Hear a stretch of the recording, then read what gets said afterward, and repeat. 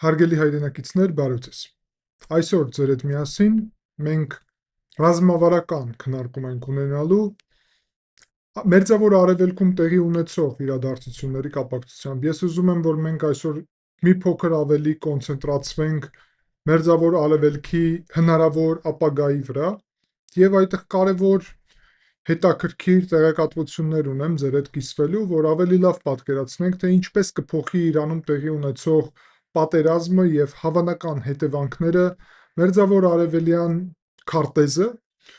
ինչպես քաղաքական, այդպես էլ աշխարհաքաղաքական քարտեզը։ Դա իհարկե անմիջապես ազդեցություն կունենա Հայաստանի ապագայի վրա։ Կարելի է ասել, որ Հայաստանի սահմանը Թուրքիայի հետ եւ Հայաստանի սահմանը Իրանի հետ, դա Մերձավոր Արևելքի հետ է սահման իրականում։ Եվ ինչ որ առումով Ադրբեջանն էլ Մերձավոր Արևելքի կամ Կենտրոնական Ասիայի մասն է Իրան դրսևորում, Վրաստանն է միայն այդտեղ Եվրոպայի մաս, այն էլ շատ մեծ խնդիրներով, այսինքն Հայաստանը մեծ Մերձավոր Արևելյան այդ տարածաշրջանի բնական նաև մաս կամ սահմանին գտնվող պետություն է եւ բոլոր այդտեղ զարգացումները ազդելու են Հայաստանի վրա։ Կարծում եմ ձեզ կհետաքրքրի, թե ինչ դիրքորոշում ունի Թուրքիան այստեղ, որովհետև գիտեք, մենք երկար խոսում էինք նրա մասին ձեր հետ միասին, որ սրվում են Թուրքիայի եւ Իսրայելի հարաբերությունները եւ բազում անգամ սրվել են։ Այս պահի դրությամբ, չնայած նրա, որ կարծես հարմար պահ է, որ Թուրքիան անցնի կոնկրետ քայլերի Իսրայելի ուղղությամբ եւ միանար այն օրակարգին, որը ունի Իրանը, Թուրքիան ուրիշ քաղաքականություն է վարում։ Եվ համոզված եմ, որ հետաքրքիր կլինի քննարկել հենց այս քաղաքականությունը, այսինքն ինչ նպատակներ է հետապնդում Թուրքիան, ինչ նպատակներ է հետապնդում այստեղից նույն Սաուդյան Արաբիան, եւ որ մենք ձեր հետ միասին ավելի լավ հասկանանք, թե Իրանի կարգավիճակի փոփոխությունը աշխարհաքաղաքական կարգավիճակի ինչ զարգացումներին կարող է բերել։ Ես զբաղված էի նաև նրանով, որ ուսումնասիրում էի տարբեր հատկապես թուրքական մասնագետների կարծիքը, վերլուծությունները, ինձ հետաքրքրում էր, թե ինչ է քննարկվում հենց թուրքական օրակարգում եւ ուզում եմ ձեզ ներկայացնեմ եւ քննարկենք, սա կարելի ասել Հայաստանի անվտանգության ուղիղ առնչվող հարցերից մեկն է։ Հարգելի հայրենակիցներ, ուզում եմ նաև շնորհակալություն հայտնեմ բոլորին, ով Կիրակի օրը ժամը 9-ին միացել էր մեր ուղիղ եթերին եւ ասեմ, որ մենք Կիրակի օրերը հենց այդ ժամին, ժամը 9-ին հաճախ կանցկացնենք, մի քանի օր շուտ կհստակեցվի դա եւ հանրային կդարձնեմ դա մեր էջի վրա եւ արդեն կկարողանանք ֆիքսել նաեւ այդ օրակարգը, որ Կիրակի օրը եթե անհրաժեշտ լինի կփոխենք օրը, բայց ֆիքսում ենք Կիրակի օրը երեկոյան մենք ուղիղ եթերի միջոցով ձեր հետ միասին կխոսենք եւ կքննարկենք տարբեր հարցեր, միևնույն ժամանակ դուք կունենաք հնարավորություն այդ ուղիղ եթերում իմ հետ շփվել։ Բացի դրանից, ուզում եմ հարգելի հայրենակիցներ շնորհակալություն հայտնել բոլոր նրանց, ով շարունակում է աջակցել ալիքին ձեր լայքերով, ձեր մեկնաբանություններով, ես շատ եմ դա գնահատում, միևնույն ժամանակ տեսնում եմ առաջի արդեն անդամակցությունները, այդ հնարավորությունը բացվել է այստեղ YouTube-ում կամ միանալ կամ join կոճակ, որի միջոցով կարող եք անդամակցել ալիքին եւ ստանալ նաեւ հավելյալ վերլուծություններ եւ դրանով աջակցել ալիքի գործունեությանը եւ հետագա զարգացմանը, բայց նաեւ նրանց համար, ով այդ հնարավորությունը չունի, նկատի ունեմ, որովհետև YouTube-ը սահմանափակում է միանալու անդամակցելու հնարավորությունը միայն արևմտյան պետություններով, Միացյալ Նահանգներ, Եվրոպական միություն, Հայաստանից եւ ուրիշ պետություններից Patreon-ի միջոցով, որի հղումը կա նկարագրությունում եւ կլինի առաջի մեկնաբանությունում, կարող եք նաեւ Patreon-ով միանալ նույն առավելություններով, նույն այդ հավելյալ վերլուծությունները նաեւ ստանալ եւ դրանով աջակցել ալիքի զարգացմանը։ Սա շատ կարեւոր է, փորձելու ենք այնպես անել, որ ալիքի զարգացումը ել ավելի կայուն եւ հեռանկար այսպիսի զարգացման ուղի ունենանք, իսկ հիմա վերադառնում ենք այսօրվա մեր թեմային, հարգելի հայրենակիցներ, եւ շատ կարեւոր մի շարք հարցեր ենք քննարկելու։ Առաջերտին պետք է ասեմ, որ Թուրքիան ընտրել է իր սեփական շահերին համապատասխանող մոտեցում, երբ հարցը վերաբերվում է Իրանի հակամարտությանը։ Առաջի հերթին հիշում եք, մենք ձեր հետ խոսում ենք բուֆերային տարածքի ստեղծման սցենարը Թուրքիան պատրաստում է։ Մյուս կողմից սահմանափակում է կոնկրետ մուտքը իրանական բնակչության եւ զուգահեռ Ադրբեջանը նաեւ փակել է սահմանը։ Թուրքիայի տարածքով շարունակում է գնալ նավթը Բաքու-Թբիլիսի-Ջեյհան նավթատարի միջոցով դեպի Իսրայել։ Ինքը հենց Թուրքիան Իսրայելի հետ ռետորաբանության առումով սրված ունի հարաբերությունները, ինչպես ձեր հետ խոսել էինք, շատ անգամ այդ թեմային անդրադարձել եմ ալիքում, թե ինչպես էր լուրջ սրվել հարաբերությունները։ Սրումը կարելի է ասել իրոք շարունակվում է։ Խոսքին դրա վաղ օրինակ է այն, որ օրերս Սիրիայում Ջուլանին Շարան, այսինքն այդ նախագահը Հայաթ Տահրիր ալ-Շամ տերորիստական խմբավորման ղեկավարը եւ այսօր Սիրիայի նախագահը թուրքական պրոքսին դրածոն այդտեղ փորձել է միջև բոլորը զբաղված են իրանական պատերազմով կազմակերպել պատերազմ եւ լուծել դրուզերի հարցը։ Հիշում եք քրդերի հարցը լուծեց նախորոք, հիշում եք մենք ձեր հետ խոսում էինք նաեւ որ Թուրքիան Իրաքում քրդերի հարցը լուծելու այսպես ասեմ նախապատրաստողական գործողություններ էր վարում, այս պայդրությամբ կարելի ասել որ ակտիվություն չկա, բայց դրուզերի ուղղությամբ հստակ ակտիվություն կա, փորձեցին մի քանի ուղղությամբ առաջընթաց ապահովել Սիրիայում, Իսրայելը հարվածներ հասցրեց Շարային, այսինքն անկեղծ ասենք Թուրքիային եւ Թուրքիային փորձում է կանգնեցնել այդտեղ։ Այսինքն սիրիական այդ ուղղությունը օրակարգում է։ Բացի դրանից, մենք ձեր հետ միասին ակտիվորեն հետևում ենք Լիբանանում տեղի ունեցող զարգացումներին եւ գիտեք, որ հաճախ խոսում եմ նրա մասին, որ մարտական իրավիճակը, գործողությունները Լիբանանում ել ավելի մեծ ծավալ են ստանում։ Դա իրոք այդպես է, ծավալը շարունակվում է եւ հատկապես մենք ձեր հետ միասին տեսնում ենք հարգելի հայրենակիցներ կոնկրետ օրինակներ նրա, որ Լիտանի գետից հարավել, հյուսիսել, Բեյրութում էլ հարվածները աննախադեպ ծավալի են, այսինքն լրջագույն մարտական գործողություններ են տեղի ունենում։ Իսրայելը մի քանի ուղղությունով շարունակում է խորացումը Լիբանանի տարածք, նախագահ Ֆրանսիայի նախագահ Էմանուել Մակրոնը փորձում է այնպես անել, որ այդ պատերազմական գործողությունները Լիբանի պետության համար մեծ սպառնալիք չունեն, որտեղ բավականին մեծ սպառնալիք է արդեն,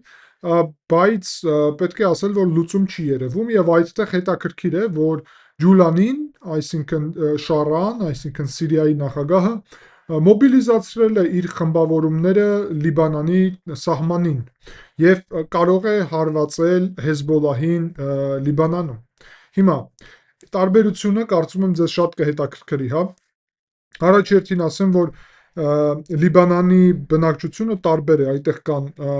քրիստոնյաներ, սունիներ եւ շիաներ։ Շարան, գիտեք, սունի ղեկավար է, սունի առաջնորդները, երկու առաջնորդ կա սունի աշխարհում, կարելի է այսպես ասել։ Մեկը Սաուդյան Արաբիան է, երկրորդը Թուրքիան։ Եվ այստեղ այս դեպքում մենք տեսնում ենք, որ նույն Շարային աջակցում է ակտիվորեն Սաուդյան Արաբիան եւ ակտիվորեն աջակցում է Թուրքիան։ Եվ իրանք ուզում են Լիբանանում Իրանի ազդեցությունը իդեմս Հեզբոլահի այդ հարցը լուծել։ Բայց արեք այդ մարտավարական իրադարձություններից մի փոքր ավելի ռազմավարականի անցնենք։ Ինչ նպատակով։ Եվ պարզ է կարծեմ պատասխանը, որ մի կողմից իրանք իրենց սեփական ազդեցությունն են ուզում տարածել, բայց մյուս կողմից արեք ուղիղ ասենք, ես հիշում եք մի քանի շաբաթ առաջ միջև պատերազմի սկսվելը արեցի վերլուծություն, որտեղ որ խոսում էին նրա մասին, որ Միացյալ Նահանգները պատժամիջոցներ են կիրառել Թուրքիայի ինչ-ինչ ֆինանսական կառույցների դեմ, որովհետև կապ են ունեցել Հեզբոլահի հետ։ Այսինքն պետք է հասկանանք այսպիսի բան. իսլամիստական ուժերը, եթե իրանք Հեզբոլահում են, կարելի է փոխել օրակարգը եւ դարձնել սունի տերորիստական խմբավորում ըստ Թուրքիայի։ Այսինքն արեք մուսուլմաններին մենք իրոք իհարկե բաժանում ենք այդ երկու մասի սունի շիա, բայց պետք է հասկանանք, որ այդ բաժանումը տեխնիկական է ինչ որ առումով։ գաղափարախոսությունը վերաբերվում է քաղաքական ազդեցություններին։ Եթե դու շիա ես, դա հստակ իրանական ազդեցություն է, եթե սուննի, դա ուրեմն կամ Սաուդյան Արաբիայի կամ Թուրքիայի ազդեցություն է։ Այսինքն սա կրոնի մասին չէ, հարգելի այրեքիցներ, սա հենց ազդեցության քաղաքական բաղադրիչի մասին է, եւ Թուրքիան ունի օրակարգ, որ Լիբանանում էլ այդ քաղաքական ազդեցությունը ձևավորի։ Նպատակը սրա։ Նպատակը պարզ է, արեք այսպես ասենք, մտահոգված է Թուրքիան նրանով, որ եթե Իրանը ունենա առաջընթաց եւ նույնիսկ հաջողություն Իսրայելի ուղղությամբ, դրանով մտահոգված է նաեւ Սաուդյան Արաբիան։ Պատկերացրեք, իրանց համար Իսրայելը թշնամի է, բայց եթե Իրանը, որը իրանց համար մրցակից է, հաղթի իրենց թշնամուն, ապա Իրանը կհաղթի նաեւ Թուրքիային եւ Սաուդյան Արաբիային։ Հասկանում եք, որովհետեւ իսլամական աշխարհի կենտրոն կդառնա Իրանը այդ դեպքում։ Եվ ուստի այդտեղից է գալի օրակարգը նրա, որ այս պետությունները Իրանին չեն աջակցում, ոչ էլ Իրանի դեմ են այս պայծրությամբ։ Խոսքի նույն Թուրքիան կամ Սաուդյան Արաբիան պատերազմի մեջ չեն մասնակցում, բայց իրանք ուզում են օգտագործել պահը, որ թուլացնեն Իրանի ազդեցությունը։ Մենք արդեն ունենք հետաքրքիր տեղեկատվություններ նրա մասին, որ Մուհամմեդ բին Սալմանը, Սաուդյան Արաբիայի ապագա թագավորի որդին այս պայծրությամբ, ունի ցանկություն, որ Միացյալ Նահանգները չավարտեն պատերազմը։ Օրերս խոսակցությունը գնում, մենք հիմա իհարկե խոսենք, թե ներկա իրավիճակը ինչպիսին է Իրանում, կարճ կներկայացնեմ վերջի զարգացումները, բայց Մուհամմեդ բին Սալմանը չի ուզում, որ պատերազմը կանգ առնի, որովհետև հիմա Իրանը բավականին դեռ թուլացած չէ, բայց միևնույն ժամանակ պետք է ասել, տեսեք, իրանց ձեռատալի կամ շատ թուլացած Իրան կամ ռեժիմի տապալում։ Ռեժիմի տապալում դեռ չկա, Իրանը բավականին թուլացված չէ, այսինքն սա բերելու է նրան, որ Իրանը փորձելու է վերականգնել իր հնարավորությունները եւ հատկապես Սաուդյան Արաբիայի եւ Թուրքիայի համար, որը սրա մասին բարձրաձայն չի խոսում, սա լրջագույն մրցակցության խնդիրներ են։ Հիմա այս պետությունները փորձում են օգտագործել պահը, տեսեք, նույնիսկ այն գործընթացը, որը հիմա տեղի է ունենում, որ Դոնալդ Թրամփը հայտարարեց, որ ինչ որ բանակցություններ են տեղի ունենում եւ կարող է պայմանավորվեն Իրանի հետ եւ այլն, արեք ձեր հետ միասին մենք հենց դրանով է իմ ալիքը ձեր հետ միասին մեր ալիքը տարբերվում, որ մենք նորություններ չենք քննարկում, հարգելի այրնակիցներ, մենք վերլուծում ենք սա լրիվ ուրիշ մակարդակով։ Եվ արեք ուղիղ ասեմ, որ Դոնալդ Թրամփի հայտարարությունները առհասարակ հետաքրքիր չեն։ Միայն հետաքրքիր է իր գործունեությունը։ Գործունեությունը հաջորդ շերտն է հայտարարությունների։ Հայտարարությունների մակարդակով Թրամփը կարող է օրը 3 անգամ տարբեր հայտարարություն անի նույն թեմայի մասին։ Դա քննարկել անհնար է, որովհետև դա ուղղակի չի բերի ոչ մի արդյունքի։ Հենց բոլորն էլ դրանով են զբաղված։ Միջազգային մամուլից սկսած։ Հա Թրամփը մի բան ասաց, բոլորը քննարկում են։ Ինձ դա չի հետաքրքրում, ինձ հետաքրքրում է գետնի վրա իրականությունը եւ գործը։ Այս պայծրությամբ պետք է ասել, որ 5 օրով հետաձգել է Դոնալդ Թրամփը այդ հարվածը, որի մասին ես խոսեցի, եւ այդ հետաձգումը ունի կոնկրետ օրակարգ եւ դրա նպատակն է, որ ըստ իրեն բանակցություններ տեղի ունենան, բայց հիշենք, կարճ հիշողություն չունենանք, հարգելի այրնակիցներ, երբ հարցը գալիս է Դոնալդ Թրամփին 3 անգամ 3 փուլով բանակցություններ էր վարում Օմանի միջոցով Իրանի հետ եւ զորքեր էր հավաքում, կուտակում։ Եվ բոլորը ինչ էին ասում, որ բանակցությունների արդյունքներից է կախված ինչպես կլինի այդտեղ իրավիճակը եւ այլն, բայց ես ձեզ զգուշացնում եի, որ այդ բանակցությունները ուղղակի տեխնիկական են եւ իրականում նպատակ չունեն։ Այդ թվում նրա համար էր, որ ինքը ասել բանակցությունները վարե եւ առաջարկել եմ լուծում։ Նույնը հիմա է տեղի ունենում, հարգելի այրնակիցներ, Միացյալ Նահանգները փորձում են հետաձգել ժամանակ, միևնույն ժամանակ ուղարկում են այստեղ իրենց հատուկ ջոկատայիններին։ Դա բերում է իր հայտարարությունները նավթի գների փոփոխություն, կտրուկ եւ շուկաների վրա ազդեցություն ֆինանսական։ Հիմա ձեզանից ով ֆինանսական շուկաների հետ որևէ կապ ունի կամ մասնագիտություն ունի կամ ուղղակի հետևում է, ասեմ ձեզ, որ ես նաև շատ մասնագիտացված եմ այդ ոլորտում եւ ասեմ, որ հասկանալի է, որ դա նաև ազդում է միջազգային շուկաների վրա եւ Դոնալդ Թրամփը օգտագործում է իր հնարավորությունները, միջոցները, նկատի ունեմ ինչպես նախագահ, որ ազդի շուկաների վրա, այսինքն նույն Միացյալ Նահանգների գլխավոր շուկաների աճ մենք տեսանք այդ հայտարարությունների ֆոնին, որը մի փոքր կայունացրեց այդտեղ ֆինանսական ուրեմն հոսքերը եւ ներդրողների նաեւ այդտեղ գնահատականները։ Այսինքն սա պետք է նաեւ հասկանանք, որ սա իրայից տարբերվում է։ Այստեղ հետաքրքիր էր, որ Իրանը հայտարարեց, որ որևէ այդպիսի բանակցություններ տեղի չեն ունենում։ Այսինքն սա ինչ որ առումով վիրավորական է Տրամփի համար, բանակցությունների տեղի են ունենում իհարկե, բայց ում հետ։ Որտեւ Իսլամական հեղափոխության պահապանների կորպուսը հայտարարեց, որ բանակցություններ չկա, Տրամփը սուտ է ասում։ Իրանց հետ չկա, այո։ Կարող է բանակցությունները Փեժեշկյանի եւ Առաքչի ուղղությունով լինի, այսինքն կառավարություն, նախագահ, արտաքին գործերի նախարարություն։ Հարցը նրանում է, որ իրենց չեն հարցնելու, ինչ են անելու, այսինքն Միացյալ Նահանգները կարող է փորձեն որևէ մեկի հետ խոսել, բայց ժամանակը օգտագործել։ Պատճառը շատ պարզ է, տեսեք, Թրամփը ասեց այդ հարվածի մասին էլեկտրոկայանների վրա, հետո 5 օրով հետաձգեց, որովհետև իրանական պատասխանի դեպքում պատրաստ չի ենթակառուցվածքները տարածաշրջանում։ Եվ այդ 5 օրը շատերը կընկալեն, որ դա Իրանին է ժամանակ տրված։ Իրականում Միացյալ Նահանգներն են օգտագործում այդ ժամանակը, որ իրենց սեփական նպատակներին հասնեն, այդ թվում վերալիցքավորեն իրենց հակաօդային պաշտպանության համակարգները տարածաշրջանում եւ պատրաստվեն պատերազմի ել ավելի դաժան փուլի համար։ Արդյոք կա հնարավորություն, որ պայմանավորվածությունների հասնեն կողմերը։ Իհարկե կա, միշտ կարող է լինել, բայց հարցը դրանում չի։ Մենք խոսում ենք ձեր այդ հավանականության մասին։ Այս պահի դրությամբ փաստացի ասել լուրջ նրա մասին, որ Իրանը կպատրաստվի կատարել բոլոր Միացյալ Նահանգների պահանջները, փաստացի չի կարելի։ Բացի դրանից ես զարմացած եմ իհարկե, բայց ես փորձելու եմ հատկապես միջազգային թեմաների շուրջ չմեկնաբանեմ հայկական դաշտում հնչող հայտարարությունները, այդ թվում ռուսալեզու դաշտում, նկատի ունեմ հայկական, որովհետև ես տեսնում եմ զարմանալի հայտարարություններ, որ խոսքին Միացյալ Նահանգները եւ Իսրայելը այս պատերազմում պարտվում են կամ պարտվել են, սա ուղղակի նշանակում է, որ այդ մարդիկ իրավիճակը չեն տիրապետում, բայց ես եւս մեկ անգամ ցանկություն չունեմ խոսելու ուրիշների մասին։ Ասում եմ շատ պարզ, Միացյալ Նահանգները եւ Իսրայելը աննկարագրելի հաջողությունների են հասել այս պատերազմում,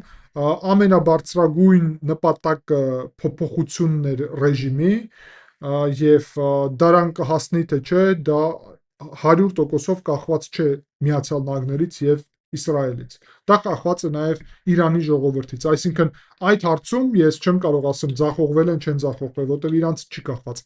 Իրանցից կախված է կինետիկ ոչնչացումը իրանական ռազմական եւ ուրիշ կարևորագույն ռազմավարական ենթակառուցվածքների։ Եվ ուստի այսպիսով հարգելի հայրենակիցներ, պետք է ասել, որ Ամերիկան եւ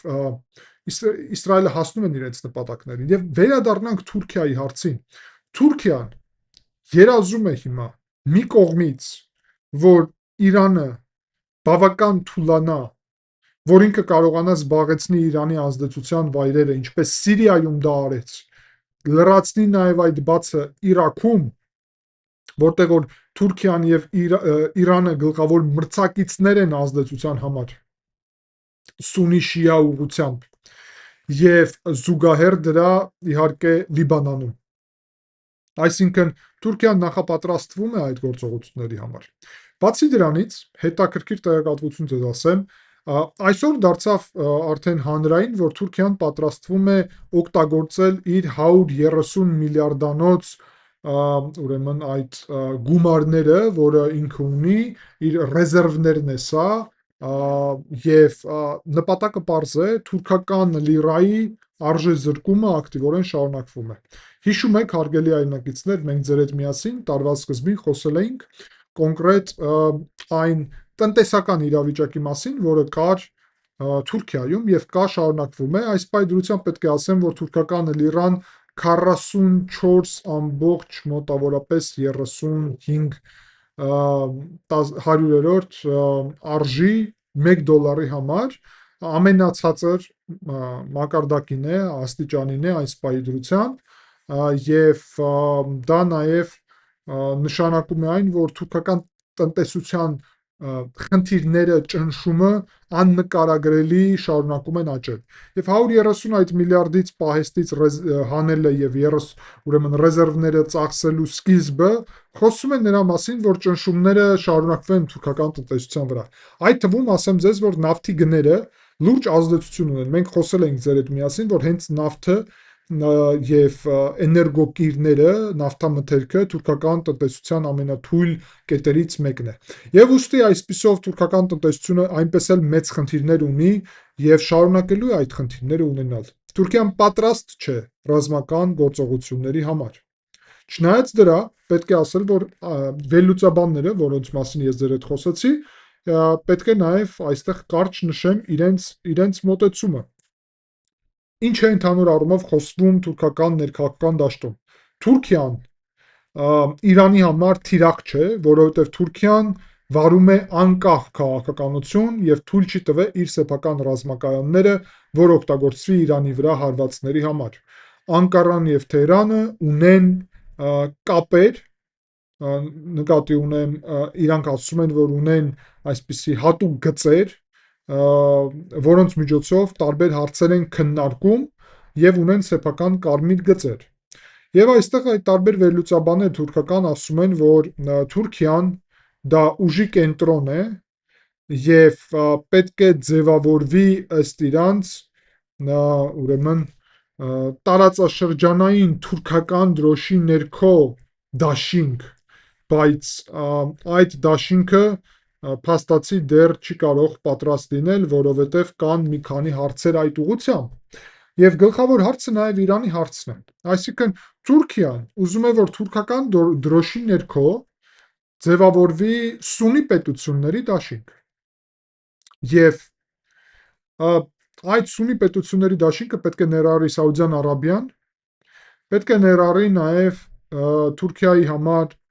դաշնակից ինչ-որ առումով Եգիպտոսը, որը այս պայդրությամբ մոտիկ չէ, բայց իր ժամանակ եղել է ղեկավարված մուսուլման եղբայրների կողմից, եւ Պակիստանը։ Հիմա տեսեք, հարգելի այնակիցներ, այս դաշինքի մասին երբ խոսում ենք, Պակիստանը այստեղ այն պետությունն է, որը նշված է ամերիկյան հետախուզության ծառայությունների կարևոր այդ ուրեմն փաստաթղթի մեջ, որը օրերս ձեր հետ միասին մենք քննարկեցինք այդ թեմայի մասին լավ մանրամասն վերլուծություն էի պատրաստել, որ Պակիստանը նշվում է ինչպես վտանգ Միացյալ Նահանգների համար։ Ուստի այսպիսով կարելի է արձանագրել, որ այդ դաշինքը, որի մասին մենք խոսում ենք, Թուրքիա, Սաուդյան Արաբիա, Պակիստան, հնարավոր է Եգիպտոս, փաստացի Միացյալ Նահանգների համար ընկալվում են ինչպես պոտենցիալ այսպիսի հակառակորդ կամ թշնամական մոտեցումներ ունեցող սպառնալիք։ Հիմա այդ սպառնալիքը, այդ հենց դաշինքը ունի մրցակից Իրանը։ Մի կողմից այդ դաշինքին ձեռ չի տալիս հզոր արևմտյան Իրանը, իսկ մեզ ձեռ է տալիս, շատ մեծ ձեռ է տալիս, եթե Իրանը լինի ժողովրդավար արևմտամետ պետություն։ Մյուս կողմից այդ դաշինքին ձեռ չի տալիս, որ Իրանը լինի հզոր պետություն, իսլամական առումով շիա պետություն։ Եվ այդ պարագայում իրանց այսօրվա իրավիճակը թուլացած Իրանի ձեռ է տալի, բայց ոչ փլուզված, ոչ էլ հզորացված։ Բայց այդ դաշինքը իրականում համարում է մոտավորապես այսպիսի բան, որ Իրանի հաղթանակը Իսրայելի դեմ կլիներ իսլամական աշխարհում խնդրահարույց, որովհետև շիաները 10% են։ 10%-ի իշխանություն կլիներ 100%-ի վրա, որից 90%-ը սուննի է։ Ուստի հարգելի այրնակիցներ, սուննիները քաղաքական առումով պատկերացնում են, որ Իրանը շատ մեծ խնդիր է։ Իրանի խնդիրը լուծելով իրանք հիմք են նախապատրաստում, որ հետագայում իրանք զբաղվեն Իսրայելի հարցով։ Հատկապես Թուրքիան։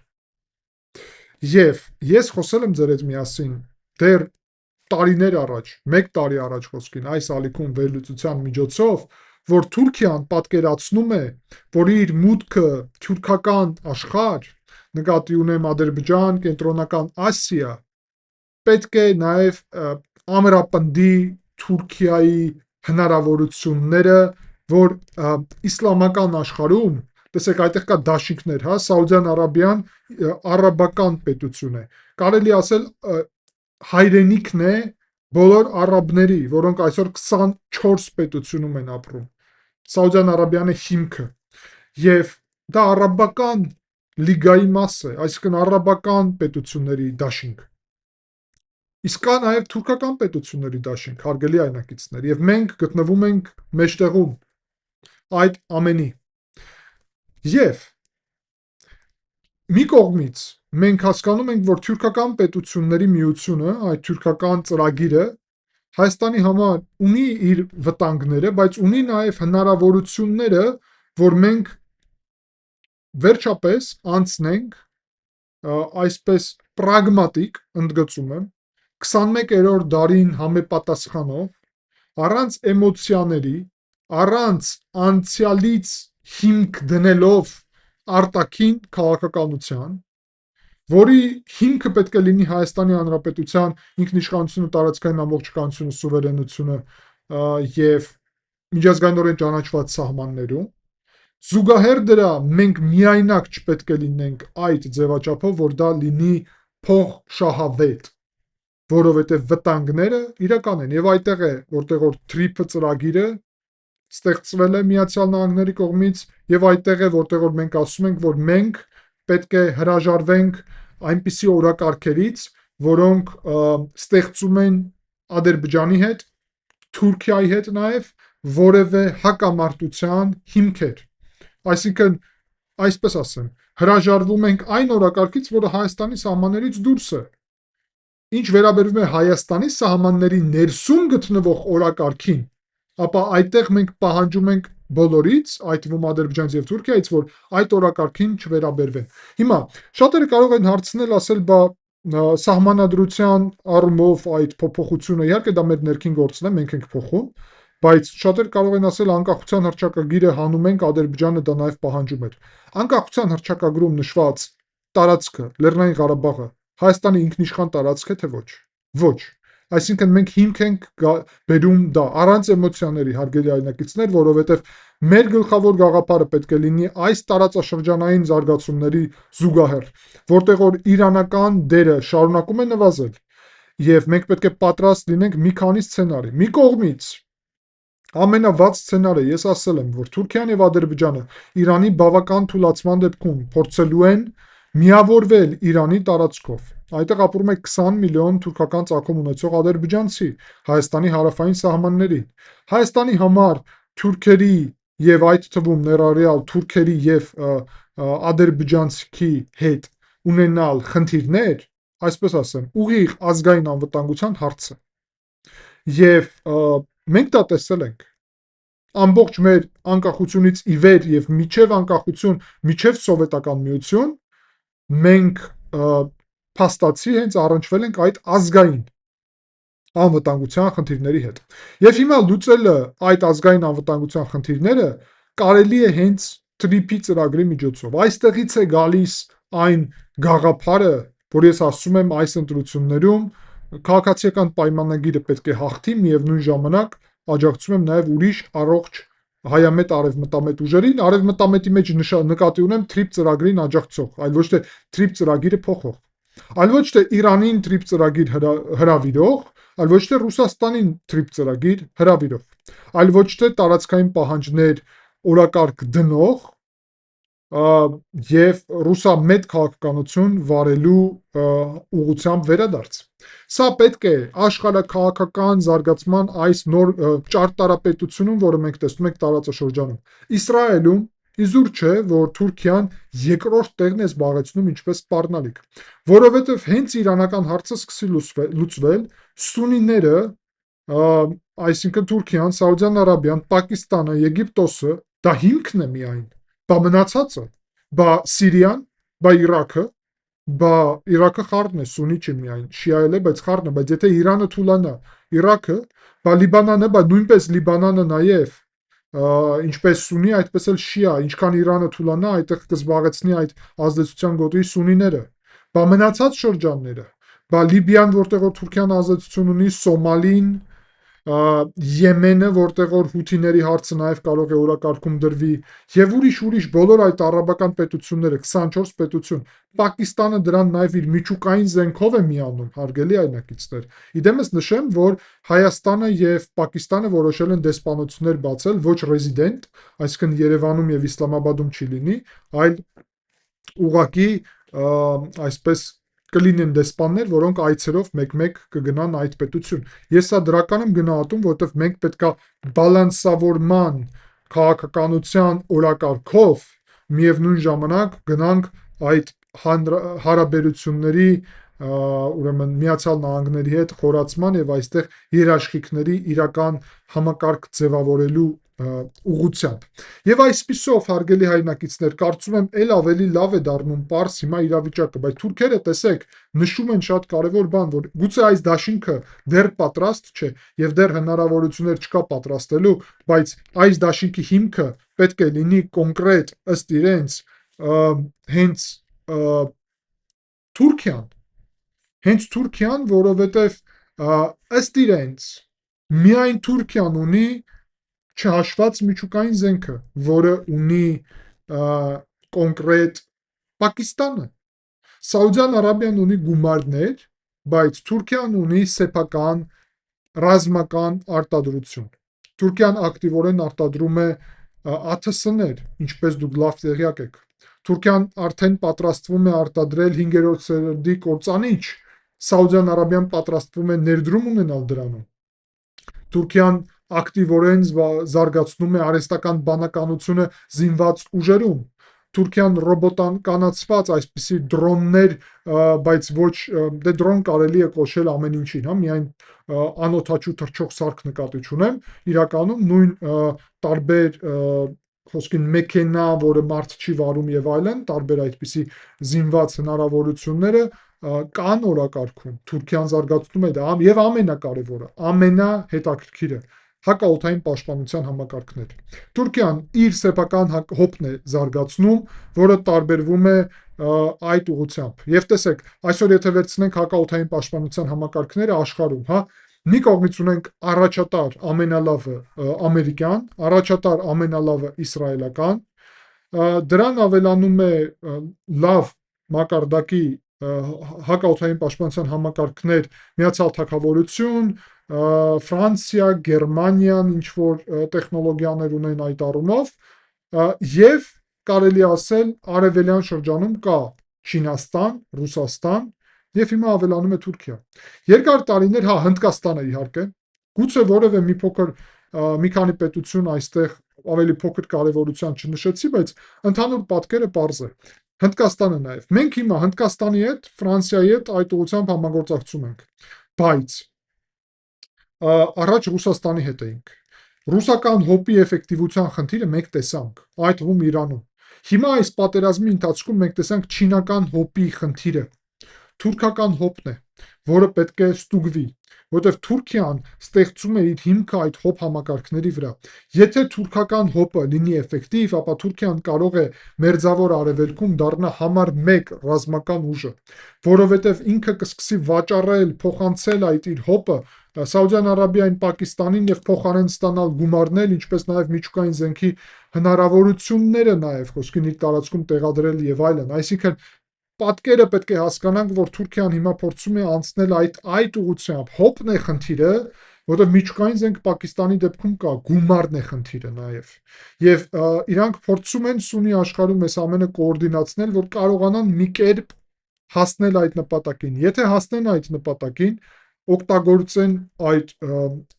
օրակարգով հնարավորությունները, ապա հաջորդ Իսրայելի ուղղությամբ, այսինքն Միացյալ Նահանգների, այսինքն Եվրոպայի թիրախը լինելու է Իսրայելը հենց եւ հաջորդը լինելու է Սունի դաշինքը, որը ել ավելի վտանգավոր է, քան Իրանը, ինչ որ առումով։ Միջուկային զենք արդեն ունեն Պակիստանը, Բացի դրանից պետք է նաև արձանագրվի դա, որ իրանք ունեն գաղափարախոսություն, քանակ, որովհետև 90%-ի մասին է խոսք գնում, 90%։ Եվ այդ 90%-ը շատ լուրջ թիվ է իսլամական աշխարհի։ Եվ եթե Իրանը նույնիսկ փոխվի, այդ օրակարգը, այդ դաշինքը օրակարգից դուրս չի գա։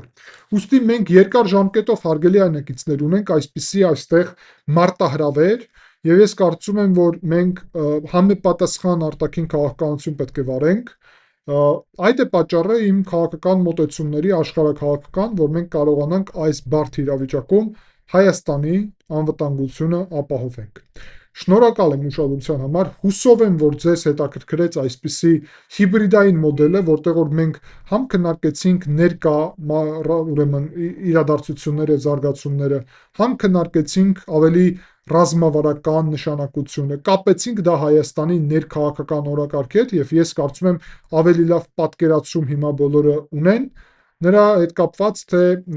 ուրեմն ինչ տրամաբանական այստեղ շղթայի հետ գործ ունենք։ Շնորհակալ եմ ուշադրության համար, չենք մոռանում անպայման լայքել այս վերլուծությունը, բաժանորդագրվել, գրել մեկնաբանությունները եւ անդամակցել ինչպես այստեղ YouTube-ում, իսկ եթե YouTube-ում հասանելի չէ ձեր համար, ապա Patreon-ի շնորհիվ։ Շնորհակալ եմ, կհանդիպենք